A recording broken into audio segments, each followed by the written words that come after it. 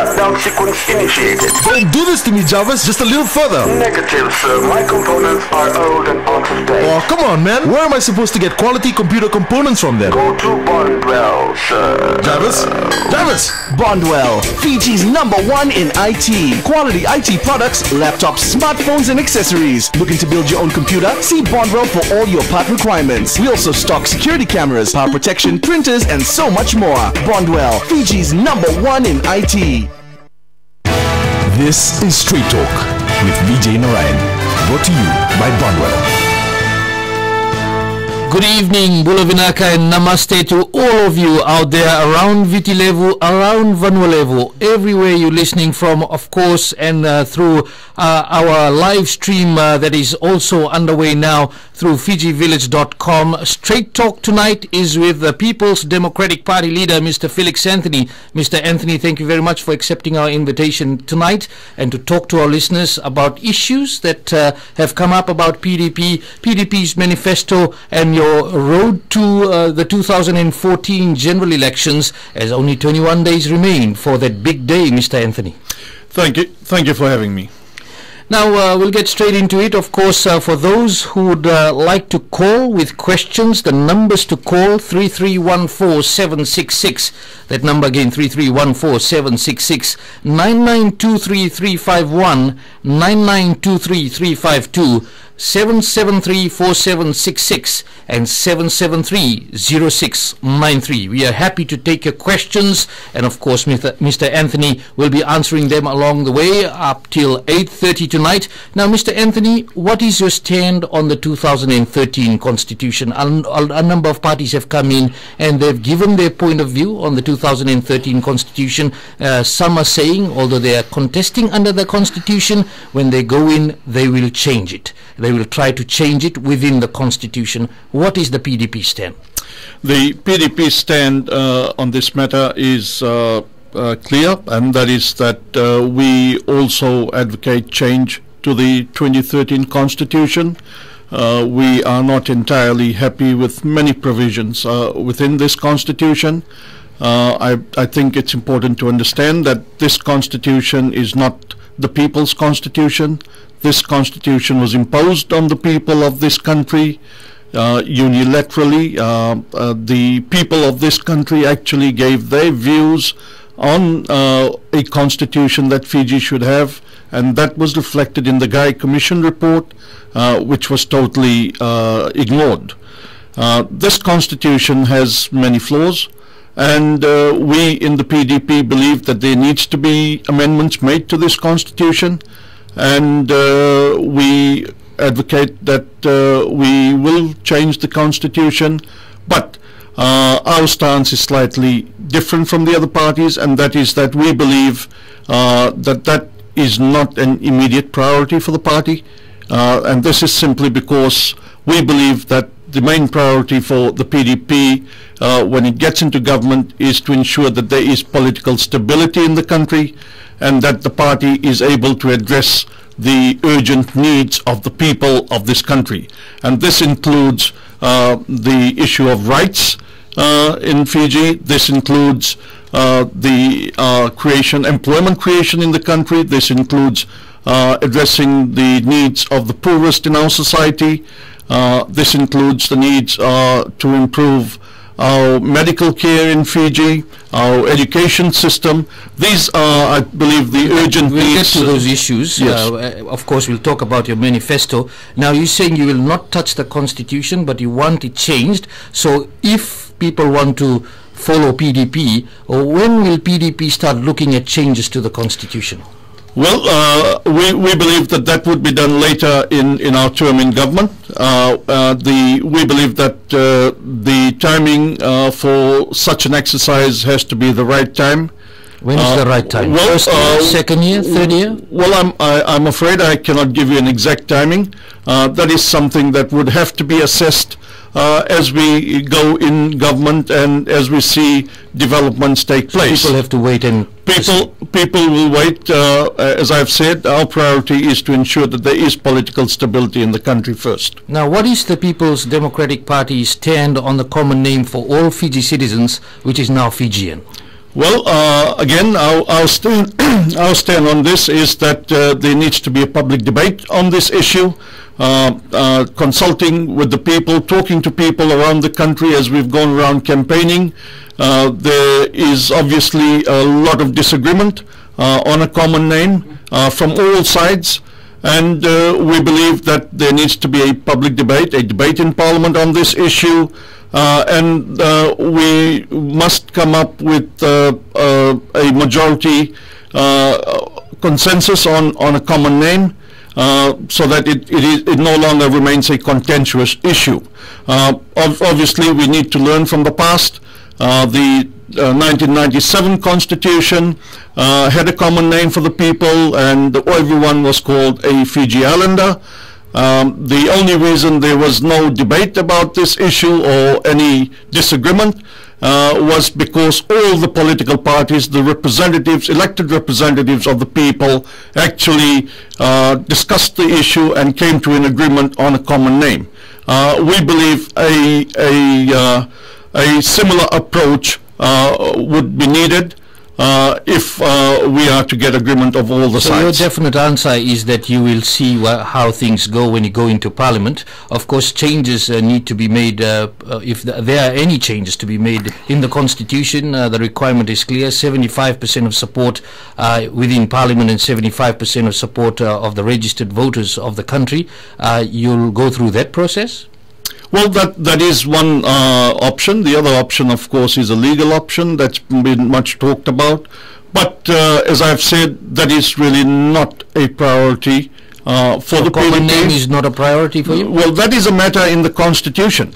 And as you've rightly pointed out, to change that, we would need an amendment to the Constitution. And you've pointed out as well how difficult it would be to do that. So again, we say the timing to do that is right.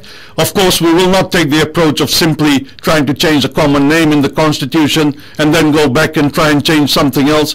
It will have to be a holistic approach to the change, because that is not the only contentious issue that we have in the Constitution. There are other issues, and they would all have to be done together. You're on Straight Talk with Vijay, Narayan. Felix Anthony, the leader of the People's Democratic Party, is in studio tonight. You can call us on 3314-766. We'll take callers soon after a few questions. And now, which decrees will the PDP revoke if it comes into power? You've said in the manifesto you will be revoking some of the decrees. I'm sure people want to know which decrees. Well, I think there are many decrees. I think we've actually lost count of the number of decrees that this government has imposed upon us for over the last 7 years. But there are many. But the few that I can recall are the State Services Decree that affects the civil servants. The Administration of Justice Decree is the other one that we will be looking at. The Essential Industries Decree is the other one that we'll be looking at. The Public Order Amendment Decree is the other one that we would be looking at.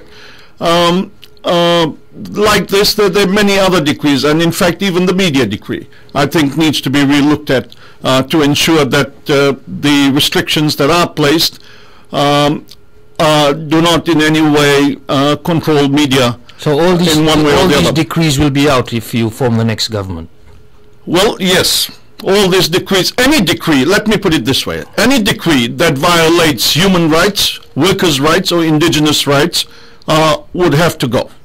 Now, looking at the Essential National Industries Employment Decree, people can have collective bargaining units, but they are supposed to be in-house. No unionist from outside the workplace can represent the workers in these industries. What is your comment on this requirement? Well, that's a very interesting issue that you've raised, and I think this is an issue that's misunderstood by many. The bargaining unit that the Essential Industries in the decree actually allow for any 75 workers in a workplace, a minimum of 75 in a workplace, to form a bargaining unit. Now, if you're less than that number, you don't have that right. Yeah, that's the first hurdle. The second hurdle is that before you even apply for registration of a bargaining unit, you're going to apply to the Prime Minister of the country to get his approval on the office bearers of that bargaining unit. So if the Prime Minister, for some reason, thinks that there's someone there with a big mouth who's going to talk too much, or he's going to cause trouble for government or for anyone else, he will disapprove of it. And therefore, the workers will have to find someone who's going to behave as government so wishes. And then once that approval is received by from the Prime Minister, the workers in that company can actually apply for registration of a bargaining unit. Now, that registration, if granted, is valid for 2 years. Yeah? And what happens thereafter is that the workers can then write to the employer and seek negotiations on the terms and conditions of employment. And once this is done, there is an obligation on the employer to commence negotiations within 3 months of the workers seeking to negotiate. The Essential Industries Decree allowed the employer to negotiate for 36 months, which is 3 years. Now, what happens is that the employer can drag on these negotiations for 3 years. In the meantime, the registration of the bargaining unit, which is only for a period of 2 years, will run out. And therefore, the workers would have to go back the whole cycle and get re-registration again and commence the whole cycle. So, in reality, if the employer did not wish to complete negotiations with the workers, he could simply drag on these negotiations and get the expiry of the those are some of the main reasons why you want this decree completely out. There's the other reason is because during this period of time which I've just talked about, from the time the workers choose to form a bargaining unit, the employer is at absolute liberty to impose any terms and conditions of employment on his workers. Yes, and the workers have absolutely no right whatsoever to challenge the imposition of the terms and conditions of employment, whatever they may be, and the workers have no recourse to any grievances which they may have arising from their employment, either to an arbitration tribunal or any other court in the country. Quite apart from this, even if the workers succeed in having a collective agreement, which is unlikely, then the only matter that can go beyond the employer is if they concern a dispute worth anything above $5 million. And the sole arbiter of that dispute will be the Prime Minister himself. So these are some of the features in the decree. Which again, you want the decree taken out. We have other issues to discuss. I know you will. There's many you have said you will take the decree out, so people, I think they got it the first time when you brought it up. Now, what is your stand on the national minimum wage rate? It's $2 an hour at the moment. We had Biman Prasad here last night. He said there was an assessment done, an independent assessment for telecom workers, and they came up with a national minimum wage proposed back in 2008 at $4.36 an hour, and he said that they will be looking at certain assessments and making a decision on that. PDP, if you form the next government, what is your stand on the national minimum wage rate? Well, the current minimum wage of $2 an hour is absolutely ridiculous. I don't believe anyone in this country is going to survive on $2 an hour at all. Our position on the minimum wage is clear. We're saying that the minimum wage ought to be at the poverty line. In 2008, the poverty line stood at $187 a week for a family of 4. That's 2 adults and 2 children. We've got now 6 years down the line. We've had about 30% inflation over that period as well. And the minimum wage, as we see it, stands around $230 a week. So when you come in... we are saying that the minimum wage ought to be on the poverty line. When we come in, to answer your question, we will be reviewing the minimum wage. We will make sure that it is increased progressively, not at once, year 1, year 2, year 3, year 4, to the poverty line. Of course, for the what will happen to the ones who cannot pay? Small and medium-sized enterprises, there will be special provisions. They will be given much more time to catch up. Of course, there will also be provisions for where an employer pleads inability to pay. There will be provisions made. But you can't give any definite rates at the moment? Well, I'm saying at the moment, as it stands now, the poverty line stands at around $230 a week. But you said it will be progressively achieved. It will be progressively achieved, yes. So you can't tell us where we start? I'm not able to give you the exact rates as to what year one would be or year two would be. When know where you will start from?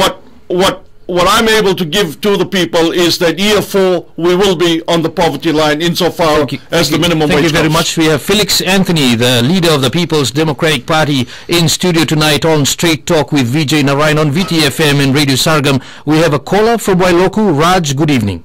If he wins, what is benefit for us? Thank you, Raj, for the question.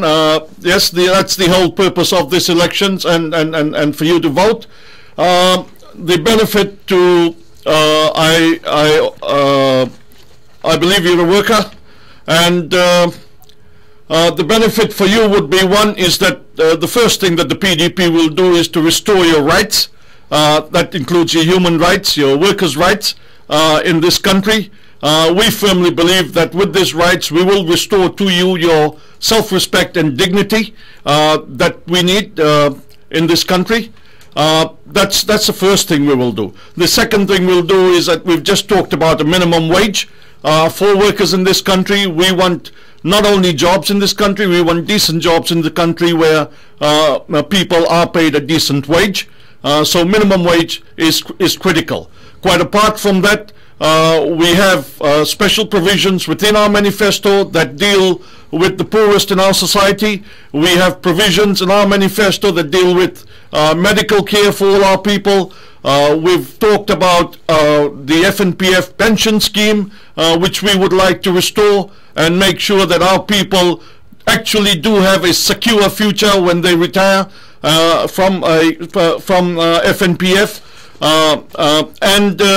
We would also be reviewing our education system to make sure that our education system actually serves our children, and that when our children leave school, they actually leave with some real qualification on hand and not just simply have dropouts as we have now. That is a serious concern for the PDP. Thank you, Mr. Anthony. Mohammed Rafiq is calling from Nauru. Good evening, Mohammed. I am a disability person. What is the best quality service they're going to give to the disability person? Thank you, sir. Yes, thank you, Mohammed. Yes, this again is an important area of concern for the PDP. We have in our manifesto special government assistance to the disabled in our society. We're talking about a non-discrimination policy for disabled people, and to see how we can provide our disabled people jobs in this country, so that they're not being left behind in any way or disadvantaged in any way. Now, Mr. Anthony, of course, you know issues like you were a board member of FNPF came up, and it has been coming up after you became the leader of PDP. Questions have been raised. We will go there. Definitely, you would be expecting that, and I think you know that questions have been raised about this issue. Yes. Now, we'll go as far as, first of all, the first question. When you were the FNPF board member, you would remember around December 2007, there was an industrial action led by Mr. Pramod Rai, as they called for bonus payments. And you had this to say in an interview during that time. We'll play that for you.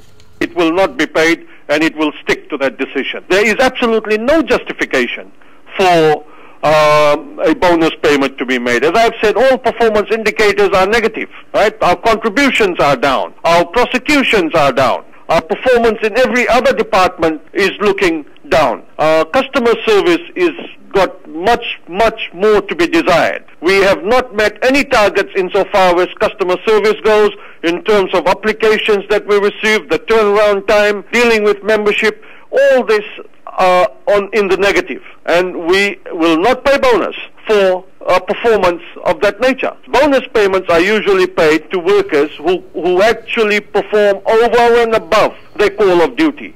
At that time, Pramod Rai, who was the official, he was the General Secretary of the Fiji Bank and Finance Sector Union, this is the union which is an affiliate of the FTUC, had this to say.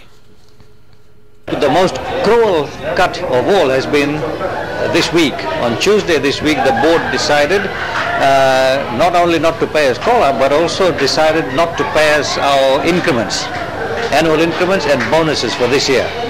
And this is something our members have already earned, not back in July. Should have been paid in July, has not been paid so far. Now they've decided not to pay us at all. And that is very, very hurtful. Our members in FNPF have been very hurt by this decision, particularly after, they have worked for the targets that were set for them. And the most disappointing part of all is the FNPF is being a workers' organization. There are workers' representatives sitting on the board of FNPF who have decided to take this action against us. And notably, the General Secretary and President of the Fiji Trade Union Congress, Mr. Anthony and Mr. Urai. Our members are at a loss to understand why the two workers' representatives on the FNPF board have supported this decision. And those two are Mr. Felix Anthony and Mr. Daniel Rai. Our members employed at FNPF are members of the FTUC. Yet we see this very cruel decision being handed down by our own workers' leaders in the FNPF board. Our members feel cheated and betrayed by them. Now, Mr. Anthony, that was back in 2007. You were a representative of the FNPF board, a union which was an affiliate of the FTUC, raised very serious concerns about your decision and the decision of Mr. Urai to not give something which they had expected way back in July, and this was December. What happened there? I believe that you need to put this issue in the right context. You've just played two snippets of the interviews that was played. I think there's a lot more history to this than your stand is very clearly stated there, yes, as is Mr. Pramod Rai's. Yes, but let me explain this. When we went into FNPF, the FNPF was in a mess. There were no targets that were actually achieved in FNPF. Now, FNPF, as you will understand, is not only about workers who work in FNPF. FNPF is also about the members of FNPF. The members of FNPF have a certain expectation of FNPF. The majority of them are workers of this country. Yes, but I'm talking about the members of FNPF here. Who are the workers of this country? No, and I said, the workers of this country. Hang on. Let me finish the answer. Then you can butt in. Yeah. Our role as board members of FNPF was to represent the members of FNPF on the board. Our role was to ensure that the members of FNPF got the best service. They got the best returns from FNPF. And not only that, but that the targets that were set by the board to achieve was achieved. And in that year, let me tell you, none of the targets were achieved. They were achievable targets. This partly reflected on the management of FNPF as well as the workers down the line. And this is something that we were very concerned about. We were determined. We were determined to get this right. Now, let me also say another thing. There were negotiations in progress at the time when this action was taken.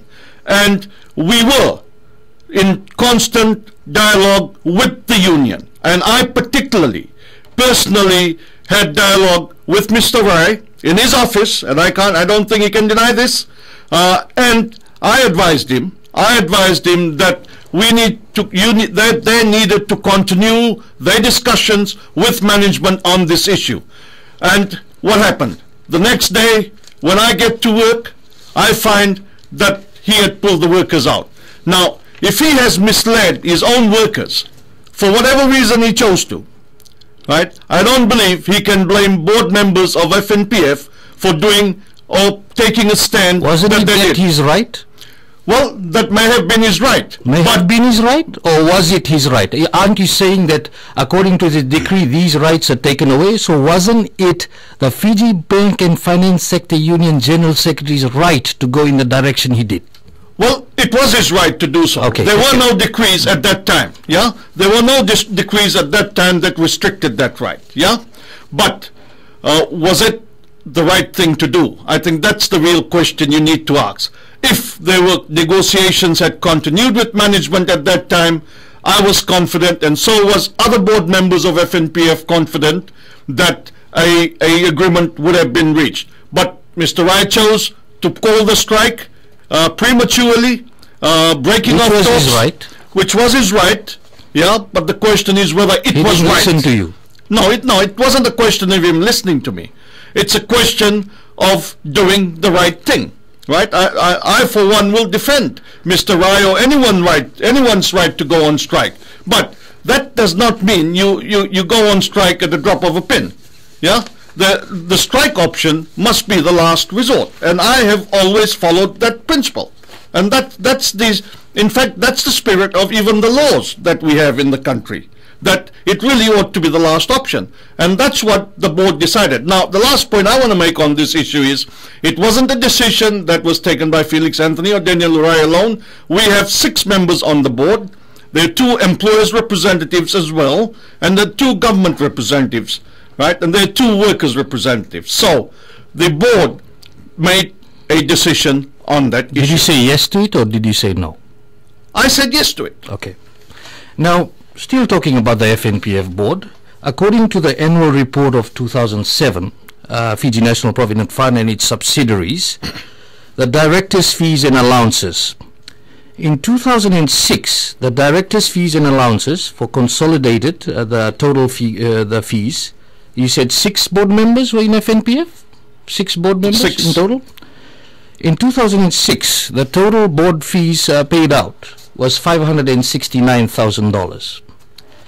In 2007, you were appointed in December 2006, right? Towards the end of December 2006? December 2006. That's right. Just to clear the air for everyone, that you were appointed December 2006, and for 2007, the directors' fees and allowances. Hang on. I was appointed January 2007. According to the annual report, it says towards the end of December 2006. Yeah. The directors' fees and allowances for 2007 was $941,000 compared to 2006, $569,000. 6 board directors. You confirm that. How much did each get if they took home $941,000, Mr. Anthony? You said that you couldn't pay out bonuses because FNPF was going through troubling times, but this shows an increase in board directors' fees. So the board decided no to the workers, but yes to themselves? No, that certainly was not the case. This is right here. Well, it may be right there. Who approved this? But who approved this? Let me say one thing. No, I'm asking who approved this? Well, I don't know who's approved. You didn't approve this? Well, the board didn't approve this? I don't know what you're showing me right now, but let me say, if it's the audited accounts, it is the audited account, then the board would have approved it. Right. But let me just say, such a large increase? Well, let me just say one thing, if you'd let me. Yes. Yeah. Why such a large increase? And that is that the directors' fees of the FNPF board was never increased. It remained the same throughout the period that I was board member. There was no increase in the directors' fees during that period, right? And I want to make this thing clear. I can't verify the figures that you're telling me now, right? I haven't had that opportunity, but let me tell you one thing, and you can go back and check on this yourselves. Yes, well, this is from the audited accounts. That there was absolutely no increase in directors' fees for the FNPF board whatsoever. Now, on to 2008, This is all also on the FNPF website, the official FNPF website. They have, and for the listeners out there, you can go to the FNPF website, go to annual reports. You'll get all the annual reports, and you can and you look at page 41 for both annual reports. You'll see this, the breakdown. In 2008, the director's fees dropped to 506,000, and then in 2009. It went down to about 300. Let me get my figures right here.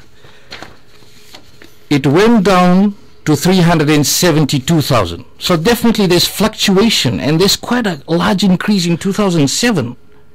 Well, according to the audited accounts. Yes.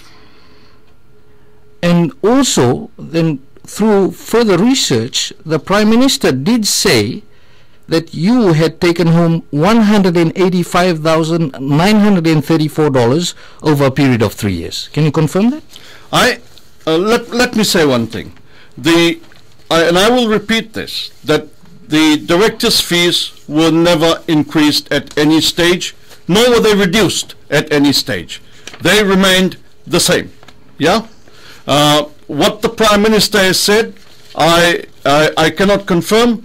I believe the amount is lesser than that. I can't give you an exact amount. Why can't you give the amount, Mr. Anthony? But let me say one thing, that I was paid like every other director in FNPF, right? I was not paid any more. I wasn't paid any less. We know, but there was an increase in 2007 compared to 2006. Are you trying to insinuate that I did something wrong? It's the audited accounts. No, you're asking me about what I was paid now. Okay? Yes. So let's stick to the question. Now, no, Mr. Anthony. Don't change your question. Let's get that straight. Yeah. As the leader of PDP, you going into the elections, people would want to know, because this is quite an area where you haven't come out clearly and stated this. I have stated very clearly that I have been paid. Right. What have you been paid? Over the last 5 years, or 5 years ago, or even more than that, what every other director was paid. Right. I was not paid anything more from any other director. Yeah. Nor was I paid anything less. We didn't say you were paid more than any other director. Now, I want to know what the motive of this question is here. Are you insinuating that I did something wrong? No, or I should not have been paid? I should not have been paid? Mr. Anthony, before this you said FNPF was in trouble. And that was one of the main reasons why the workers did not get increments. Now, according to the audited reports, if you put 2 and 2 together, the figures are different compared to 2006 to 2007. I suggest you get an explanation from FNPF on that. We will definitely get an explanation. I am not in a position to sit here. I'm sure that the workers and members would want to know what was the real story. Sure, I think they have a right to know. I think they have a right to know. Mr. Felix. But if you were insinuating that there's something wrong, please tell me. No, I'm just checking the audited accounts, and on Straight Talk, we ask you the question, you clarify, so the listeners out there can make up their mind. Mr. Anthony was on the board, okay, that was a fair amount he got, and that is the decision he made, and they will make the decision come September 17th. That is the whole reason why we host Straight Talk with all the political party leaders. This is Straight Talk, I understand this, and that's why I'm asking you this question as well. What is the motive of you raising this issue now? Well, if you are insinuating that there's something wrong with it, please say so. Nobody is saying what's wrong with it. I'm saying that there is a clear answer here based on the amounts that were paid out to the board directors. And it was an issue. You did call me during that time when we had highlighted this, asking why this question was being raised at that time also. We'll take a short break. We'll come back and continue with Straight Talk with Vijay Narayan. Jarvis, status report. I'm sorry, sir. We've lost auxiliary power. Shutdown sequence initiated. Don't do this to me, Jarvis. Just a little further. Negative, sir. My components are old and out of date. Oh, come on, man. Where am I supposed to get quality computer components from then? Go to Bondwell, sir. Jarvis?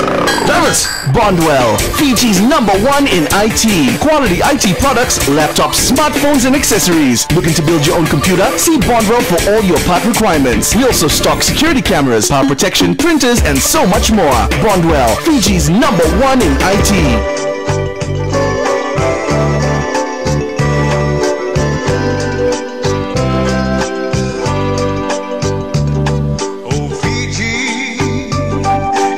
Fascinate me.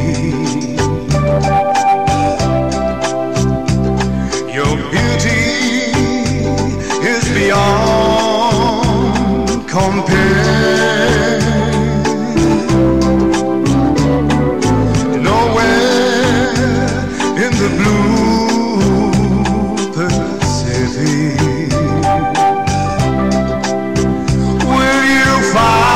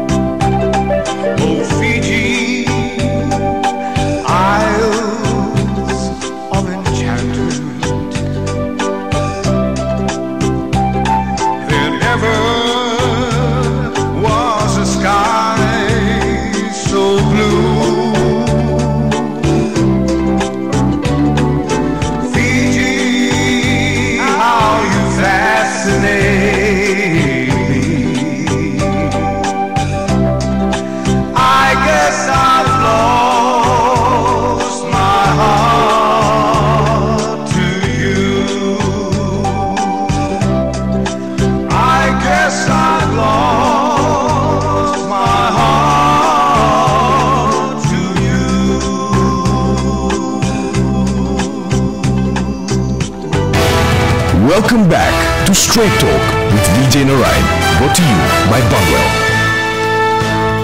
Good evening, Bula Vinaka and Namaste. Our in-studio guest tonight is the leader of the People's Democratic Party, Mr. Felix Anthony, and you can call and ask questions 3314-766, 9923-351 and 9923-352 and 773-4766. We have a caller from Deumba, Samson. Good evening. Yes, my question to Felix Anthony is, what is he going to do about the unemployed in Fiji? Thank you. Thank you, Samson. This is a real question. And this is what concerns the people of this country. We believe that job creation for PDP is a real issue. And this is something that our people urgently need. Currently, we have a record number of our people out of work or underemployed. Our manifesto has provisions that actually talk about job creation and more particularly in the agricultural sector, the timber industry itself, the marine resources areas, manufacturing as well, and also in the tourism industry as well. These are just some of the areas that we will be looking into creating jobs for our people. But I believe that our policy on job creation is also linked to our education policy, and that is to provide vocational training for our people as well. Currently in this country, we have a shortage of skills, and our people are unable to afford to go to the Fiji National University to get trained or get skilled and be qualified in a certain skill. We believe that should be part of our education curriculum. That should encourage our people, if they do not wish to proceed with an academic at the academic level, then vocational training should be the answer, and that our people should leave school with specific skills where they would be able to find employment, and if not find employment, be self-employed as well. So there are many provisions within our manifesto that actually address this issue. Thank you, Mr. Anthony. We have a caller from Lautoka. Mani, good evening. Habib from Lambasa, good evening. King Farmers are probably a lot of problem in harvesting sugarcane, and they expect both from us. So are they going to help the King Farmers in any way? Thank you, Habib, for the question. Yes, the sugar industry is of major concern to us. While we are being told every second week by this government and the Sugar Corporation that everything is well and good in the industry, we don't believe so. We believe the industry is in trouble. Today, we're producing less than half of what we used to produce in 2006 and before that. We're down to 1.6 million tons of cane today, of cane production in this country, from a high of 3.8 to 4 million tons, 4.2 million tons in our best years. We believe that at the moment there needs to be a comprehensive long-term plan for the sugar industry that would include all the stakeholders, and that includes the farmers. We are aware of the grave situation that the farmers are facing today with the rising cost of production, harvesting, and delivery to the mills for their product. And we believe that government needs to positively act and assist farmers in this area to see how we can actually reduce the burden on farmers. And this includes the cost of fertilizers, the cost of weedicides that farmers have to use today to ensure that they get maximum out of their crop. It's been established that land has become an issue since alter leases were expiring. There's a lot of leases that were not renewed. According to statistics, it has started to drop from around 1999, around 1990. You'd remember 1997 when the alter leases started expiring. At that time, the sugar export amount in millions was 213.4 million in 1997. Then it dropped, 213.4 million, and then it continued to drop to 2004 around 209 million, and then 215. It just fluctuated, and then 2006 it was hovering around 215 million, but following that it has gone down to about 187 or so million dollars, and now we are in that situation. A number of factors there. One of them definitely is also land. What will you do about that? Well, the land is an issue. We fully understand that, but there is ample land currently available for sugarcane farming. However, farmers are not willing to go into that land because of the high cost of getting the land back into production. And this is where the government needs to come in to assist farmers to start up in the sugar industry once again.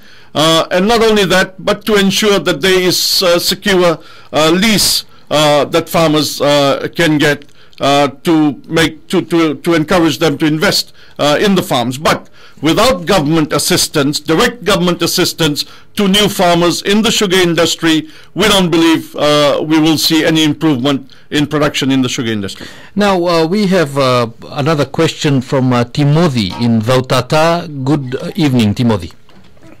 Anthony, what is PDP's top priority to youth in Fiji? I didn't get that. What is PDP's top priority for the youth in Fiji? Well, there is a number of initiatives mentioned in our manifesto. One, of course, is the education system, as I've mentioned, not only academic but vocational training as well, to ensure our young people, when they leave school, they leave with some qualification, whether it's academic or vocational training, and that they're able to find jobs. I think jobs is the number one issue for our young people in this country, and we believe it's government's responsibility to ensure that we create enough jobs. How will you create jobs? Well, first of all, I think the prerequisite to creating jobs in this country is going to be that we must have political stability in the country. Without that, nothing is going to happen. Right? And I don't think anyone wants to argue over that. That's the first issue. And that is precisely the reason why we said we will not immediately deal with sensitive issues like the Constitution. Yeah? Because our priority is the people. And job creation, as I mentioned earlier on, is one of those priorities. That's one. If we're able to achieve political stability, we will be able to attract investment, both local and foreign investment in the country, and this is going to create jobs for our people. That's one area that we're looking at.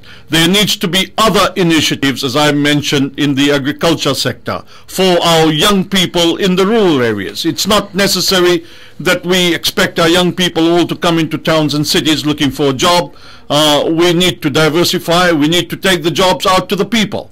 Agriculture is one of them that we see a lot of potential in getting our younger people involved in. The perception that a lot of people have in this country is that if you're a farmer or in the agriculture sector, you're supposed to be poor. That is not necessarily or should be true. Farmers we've seen in other countries who have done extremely well, and we don't believe there's any reason why our farmers in this country can't do as well. What do you think of that program that's underway with FNU now, which the government has initiated? It's a new program that people go into agriculture training, and then they're given land and they have farming implements, and they start off their own farming. They start off their own farms.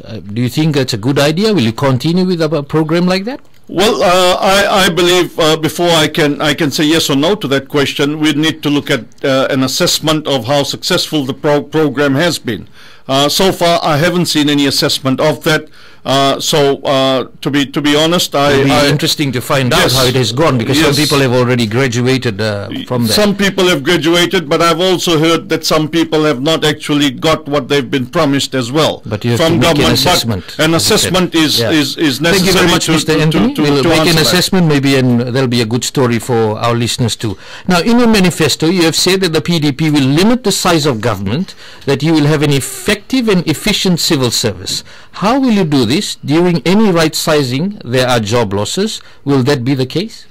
Not necessarily. Not necessarily. We're talking about cutting down on wastages, and we believe currently there's a lot of wastages within government that need or can be cut without people losing their jobs. What type of wastages? Well, let me say, for one, is that we're not actually monitoring the contracts that we have been giving out to private contractors. And one good example of that would be the road constructions that we had in Nandi, one of these contractors from Malaysia. I've forgotten the name of the Malaysian company. name it was, I think. And we did see them trying to fix up roads within the Nandi area. And the Nandi Back Road is a good example of that. We were promised that they would resurface the roads at the back road, and that would last us for years. Well, that didn't last us 6 months. And nothing happened about that. So you and like that, make an assessment? No, and like that, there are many other examples of wastages that we see all around us.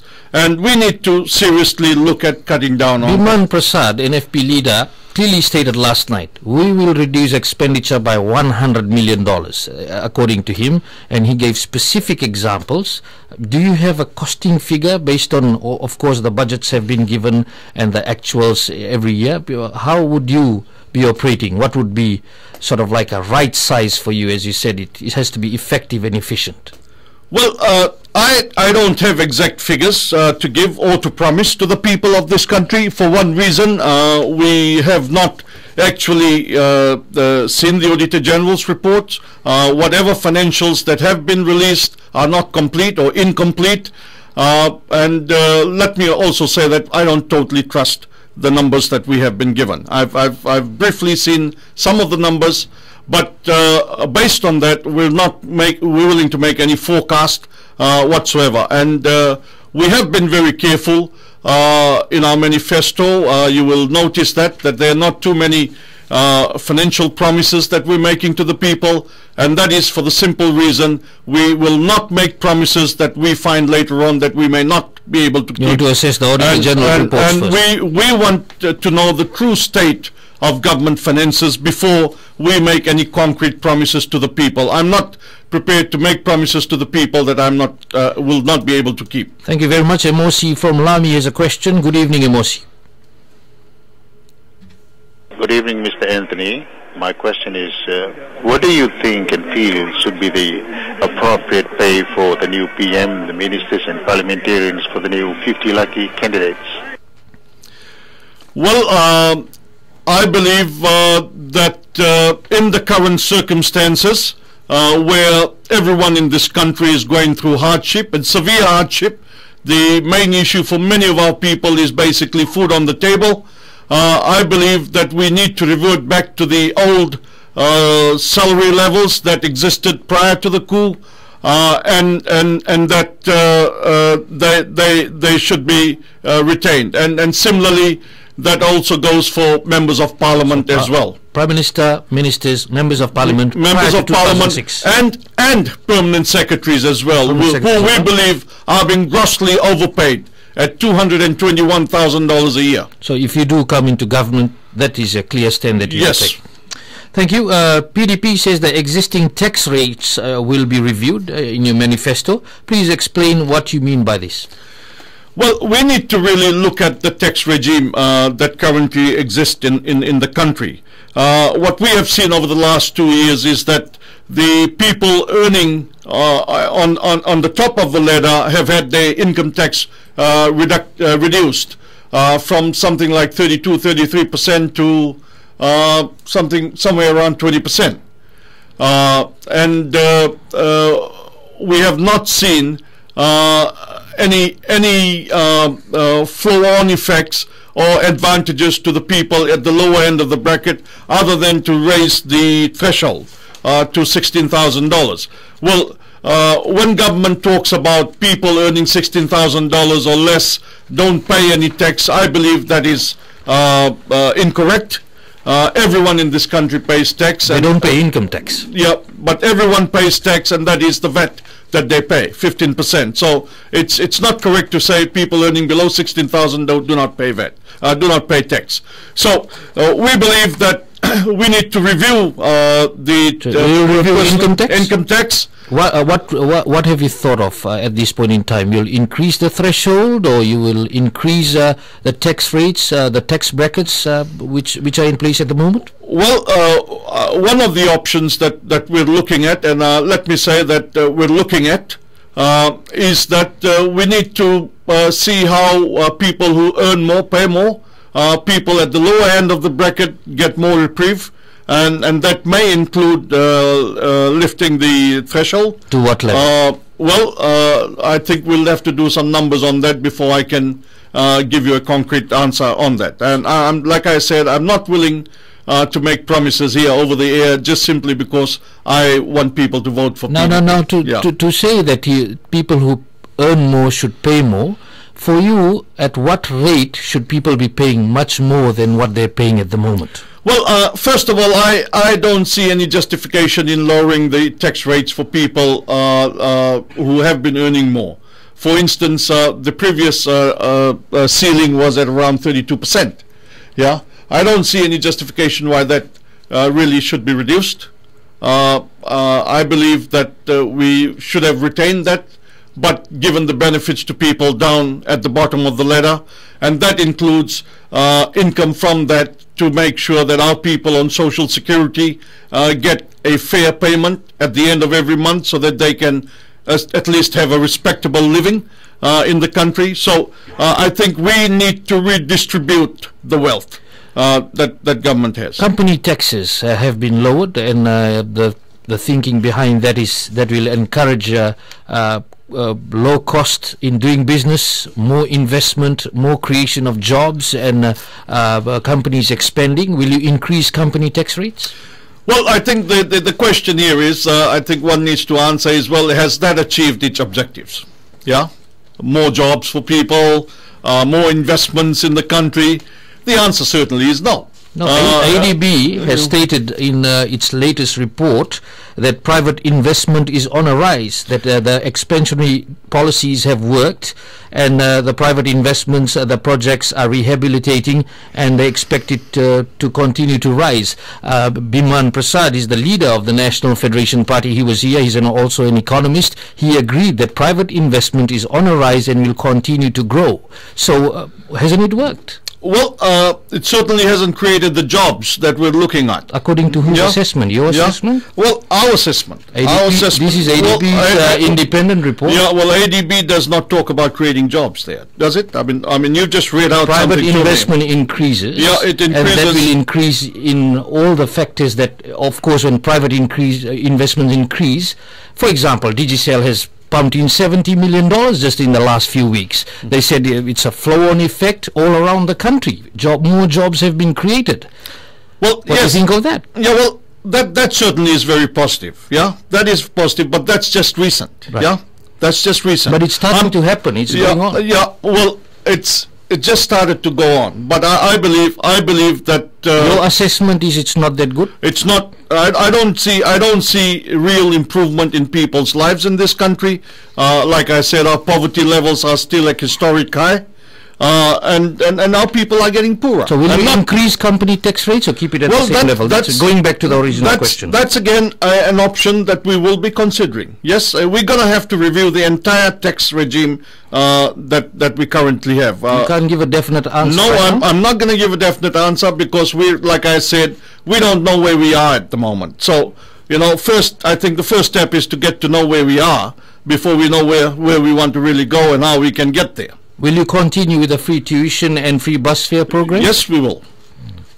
And will you add something on? Because some parties are saying we'll add some other things on top of that. I believe you're saying free meals for students in the rural areas? Well, that certainly is an option that we will consider. It's in your manifesto. Yes. You have said PDP will also provide free meals for poor students in the rural areas. Yes. Will you do that? Yes, we will. But let me say one other thing here, that if our resources allow, we will certainly make a lot of improvements in many areas that affect our people. It's not only just free meals, there'll be other things. But one of the things that I must insist on is that we will have to need to live within our means as well. Yeah, we can't continue to borrow and spend. Yeah, and what we need is a little bit of discipline here as well. Now we have a caller from Savu Savu. Wanga, good evening. Okay, I just want to ask Mr. Anthony about what's the manifesto on the land bank that's been implemented by the Marama government. Thank you for that question. our policy on the land bank is that we don't believe, let me first say that the land bank idea is really not a new one. It's been floating around for some time.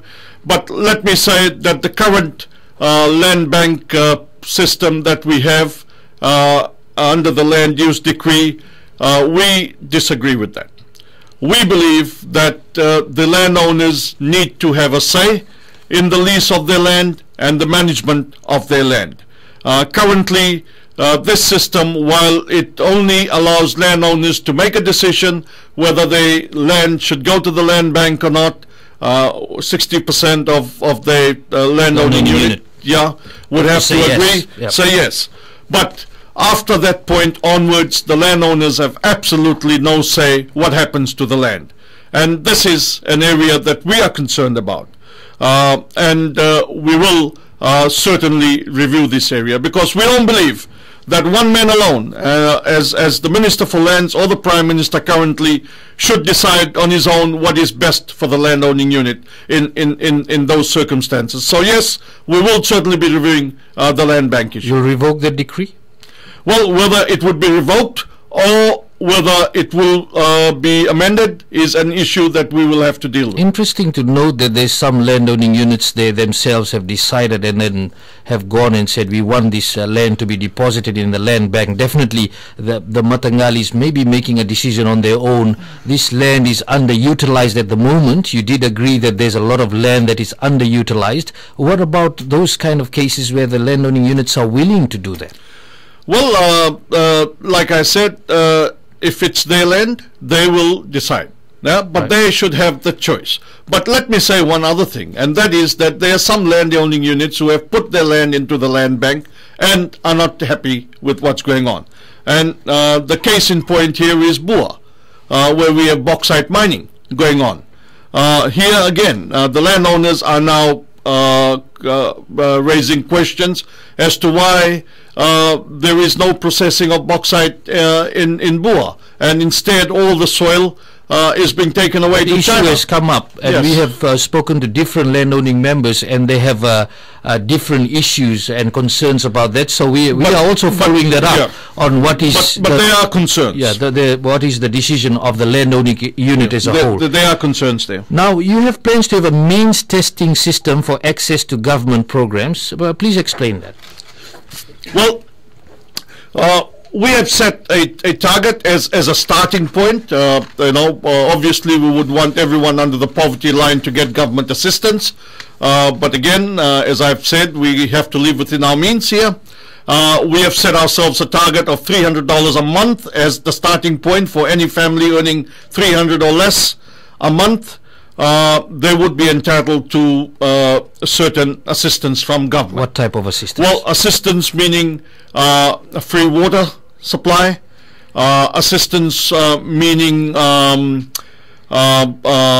free medical care for these people, and VAT-free electricity for these people. There's some of the measures that we have in our manifesto. This and what we would like to see is that the bar is progressively raised from 300 onwards, depending on the government having the resources to continue to assist people over and above that. But clearly our intention is to review the bar as we would do to the minimum wage as we go along. Where will you get the money from? Definitely these are new programs. You're saying we have to live within our means. Well, I think one of the places is if we cut down on wastages. But the other issue here is, and I've made no secret about this, is the fact that even if government has to find money for the poorest in our society, we will do so. That is our priority, and that's our commitment to the poorest in our society. We believe any good government needs to look after the weakest in its society, and PDP is committed to that. Now Riaz Ali is calling from Nandi. Good evening, Riaz.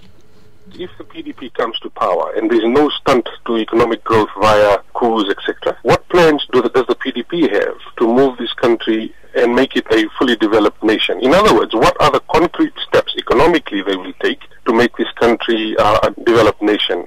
Mr. Anthony?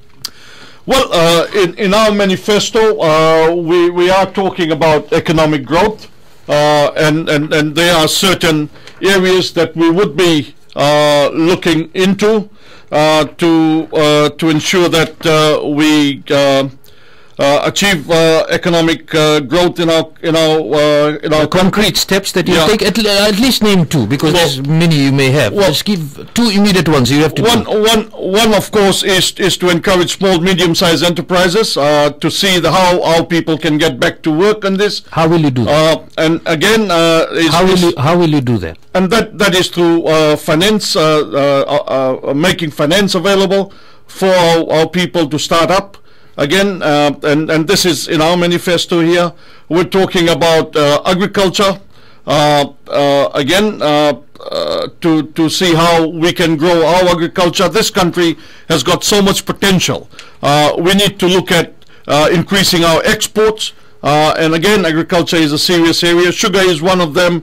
Rice is the other one. Banana is the other industry that we look at. Copra is the other industry that's not being fully maximized. For this you need land, so that's the big one. Well, how will you do that? I believe we have more than sufficient land available. We need to get landowners involved in these projects, not simply expect landowners to simply just lease their land, but to encourage them to also become partners in development. I believe that's important. We definitely can't go through all your policies, but we are trying our best to go through the issues that are coming through. Ashwin from Raki has called in. Ashwin, good evening. Okay, Mr. Anthony, I would like to ask you a question that if your party wins with the majority seat, as well as Labour Party wins the majority seat, do you will be able to do a coalition with Labour Party or not? Mr. Anthony? The issue of coalition is one that we have not given much serious thought to at this stage. Let me say that if after the elections the situation would necessitate us to consider a coalition with another party, then we would enter into negotiations. But let me make one thing clear: we will not form a coalition with any party simply for the sake of being in government or being a minister. Yeah, we believe the more important issue here is our policies that is enshrined in our manifesto, and that we would need to achieve some agreement on our manifesto. Our policies need to be compatible. We believe that if and when we go into government, we need to deliver to the people. We simply don't go into government for the sake of being in government. So not only Labour Party, but that goes for any other party, we will have to seriously negotiate policy before Mr. Anthony, we seriously talk about coalition. Historically and statistically, as far as this current electoral system is concerned, there's never an absolute majority winner. It's a number of countries have this system. Now, definitely you may have to work with another party if you do have enough seats but cannot go to absolute majority. Which parties you can work with? Well, can you work with Fiji First? I'm not in a position to make a commitment to Fiji First here, or to even indicate to Fiji First. Will you keep your options open? Our options are open. To all parties? Well, so long as I've said, it really depends. It comes down to policy. Yeah, our policies need to be compatible. Currently, Fiji First policy is not compatible with what ours. about SADELPAS? Yeah. Well, there are some compatibility, there are some disagreements, yes.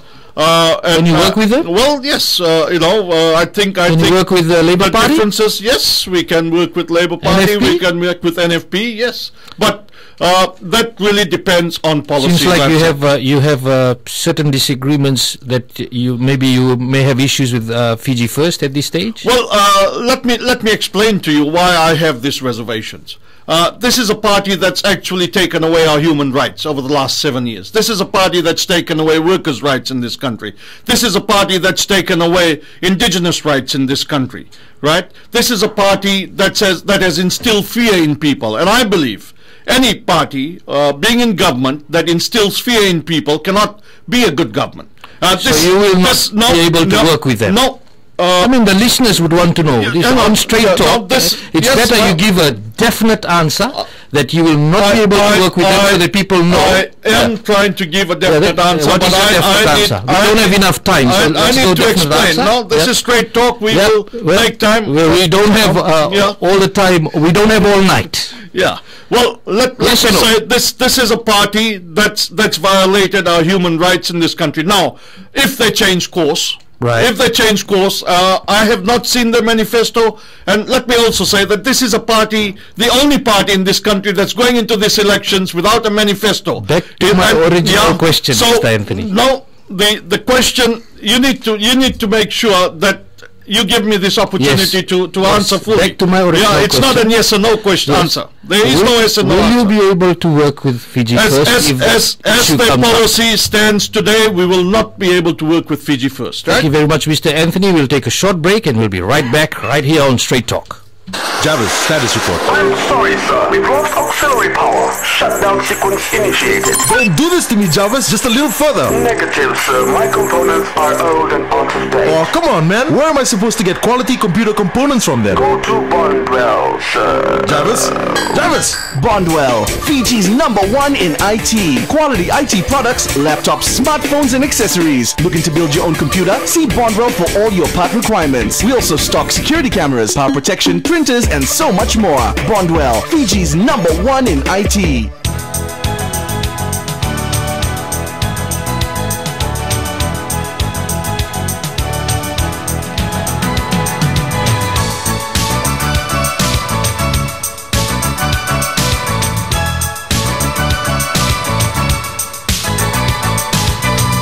Hey, when evening falls in this land, it makes me feel my memories of the sea. I can remember clear the times we spent together will always be. To feel your hand in mine all the time, to know deep in my heart that you were mine. When evening falls in this land, think of the times we spent playing in the sand. I'm holding you in my heart. As long as I close my eyes, we'll never be apart. Well, I know it's just a dream. The dreams are good. I wish to love you, girl. Oh, how I could. Yeah. Why did you go away? I wanted you to stay. I need you close to me. You're my destiny. Well, I close my eyes and I will dream of evening.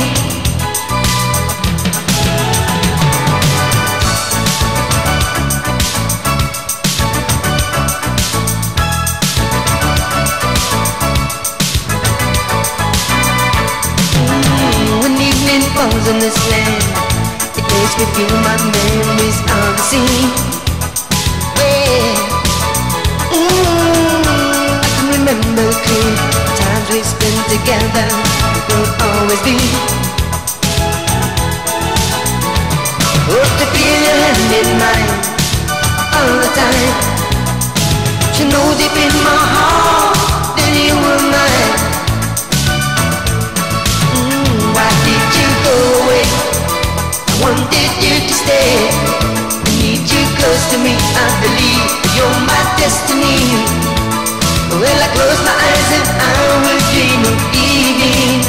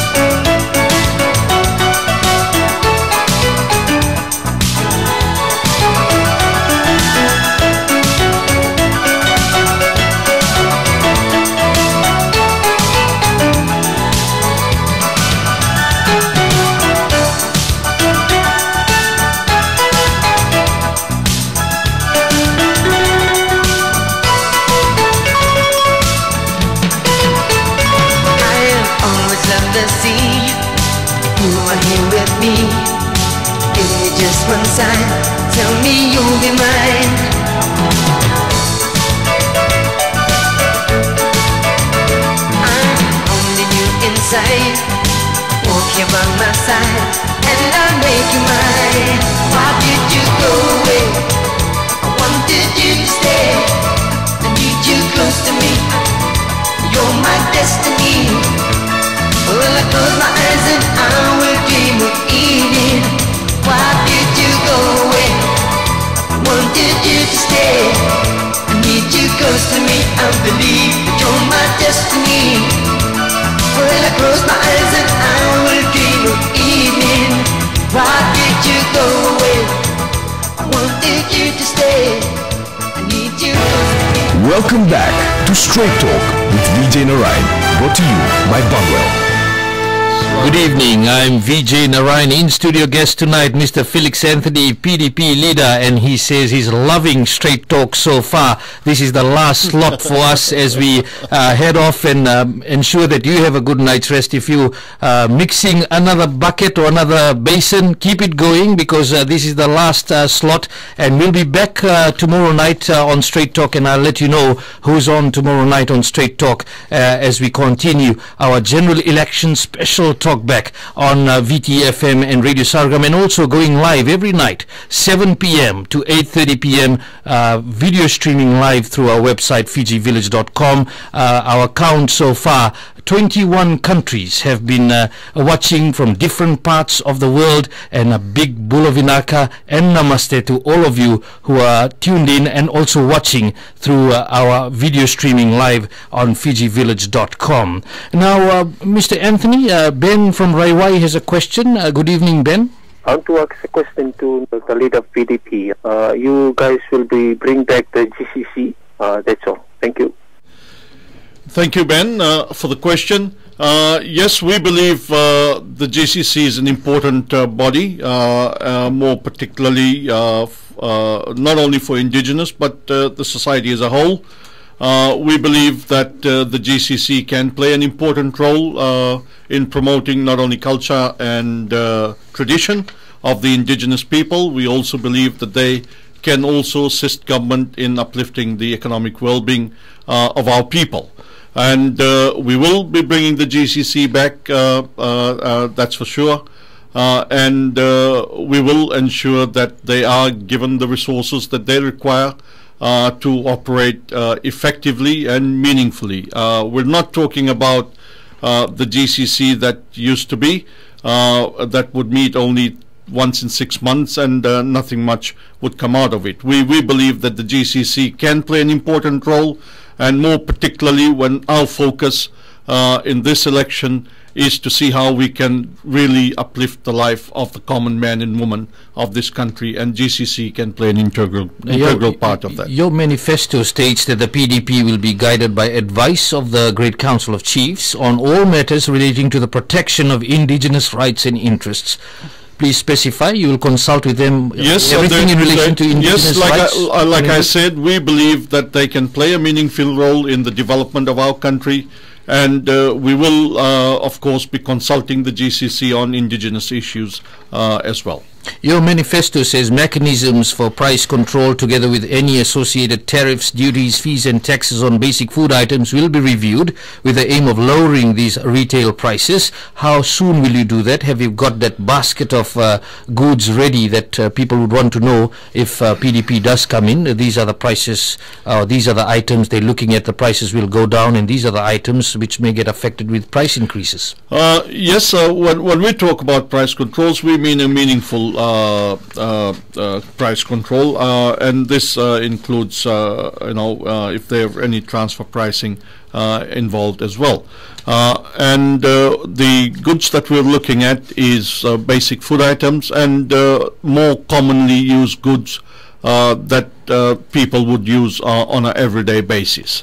Those would be the goods that we will be initially targeting to see how we can actually lower prices for our when people. you reduce the duty for those, where will you pick up the income from? Because you'll be losing income in certain areas. Well, no doubt that we will be losing income in certain areas, but again, as we've said, is that we need to control wastages. We believe that this would be within the bounds of the wastages that we could save on. Now, as an immediate measure in your manifesto, you have said that the PDP will reinstate all FNPF payouts to be based on 15% as per the previous agreement. Some of the pensioners were on 25%. So what happens to those who are on 25%? Well, we're talking about going back to the 15% that existed before this decree came on. We're not anticipating going back to the 25%. Okay, so the 15%. Now, independent reports have suggested that based on that pension rate, FNPF would have closed down around 2050. Going back and reinstating that 15% for those who lost out on that, do you think that's a good idea? What about the others who have whose pension rates have been reduced, the current members? Well, we're talking about current members here as well. That what we're looking at is that at the end of the day, that our pensioners can have a secure future, and that's really the slogan for FNPF: securing your future. Now, majority of our workers in this country are low-wage earners, and they don't have sufficient savings in the FNPF to get a decent pension. In fact, pension is really not an option for them, because they would really be earning $2,000 to $3,000 a year if they were to opt for pension. So that's not really securing people's future. And what we need to do is to revisit the goals and the objectives of FNPF, to see that they really do cater for all the people of this country and not just those who have sufficient savings in FNPF. What we're looking at is to say that we need to think outside the box here. Basically looking at a graduated scale where people at the bottom of the ladder get a higher percentage, and then the ceiling should stand at around 15%. What we're also looking at here is to explore the possibility of increasing contributions from 8% to 9% and gradually to 10%. That would for the member and for the employer? Yes, both. Yep. What we're also looking at is increasing the retirement age. So people work till 60 years, and that is the trend all over the world at the moment. So that would also improve FNPF's cash flow, and that people become eligible for pension at 60 when they retire. So these are just some of the options that we're looking at. If you do form the next government, all FNPF members expect you to put the pension rate back to 15%. Yes, they can expect that, because we will make an assessment first on the independent reports which have suggested that FNPF may close down by 2050 if we have that pension rate. I have seen some of the reports. I think when I was a board member of FNPF, we had a couple of such reports that came to the board, and the board actually, we rejected that to say that we need to think outside the box. What the government has done now is taken the easiest option, and that is simply to reduce the pension rates. We say we need to look at the other options which I've just mentioned. Yes. Thank you very much. Now, moving on, PDP has also said that it will introduce a means-tested pension scheme, and you'll be paying $120 per month to senior citizens? Yes, that's the social welfare payments that we're talking about at the moment. We recognize that this government had actually promised the same people $150 a month, but is actually paying anywhere from $30 to $60 a month currently, for reasons that are unexplained. This is quite apart from the fact that almost half the people who were eligible for welfare payments have been removed from the list of payments, so they've been totally denied this payment. What we're saying is that the poorest in our society deserve immediate attention here, and we have people who simply cannot put food on the table, and this is the group of people that the government needs to immediately look at and give some reprieve to. So, and we are going to have to find money to simply do that, because we see that as an obligation on part of government to do that. It's not really a benefit, but an entitlement that our citizens should expect of the government. Now, one of the issues that also came up in the last few years when the abrogation of the Constitution took place back in 2009, and soon after that, this comment was made by Mr. Ayaz Said Qayyum that you made a call to him. Just listen to the interview. I wanted your comment on that. The day after the 1997 Constitution was abrogated, I was in my office with the then Solicitor General and the Deputy Solicitor General, who is now the Acting Solicitor General, and we were in the office working, and I received a phone call from Felix Anthony. I put the phone on speaker because I was writing. I remember saying to the two gentlemen in the room with me, let's see what he says. So he said, well, AG, what had to happen has happened. Don't worry, we're here to support you. These things need to happen, and we've got to look towards the future. What's to that effect? I can have those two gentlemen swear an affidavit to that effect. The very same Felix Anthony, when he was no longer in the FNPF board, suddenly talks about how the Constitution should not be abrogated. Suddenly talks about how the 1997 Constitution must be brought back. It demonstrates how individual politicians use the situation at that time to their own advantage. Mr. Anthony? I gave the call. No, I did not. I gave a response to that comment that was made. Can you play that response? I don't have your response. No, I responded to that allegation. You've got everyone listening. Yeah, okay.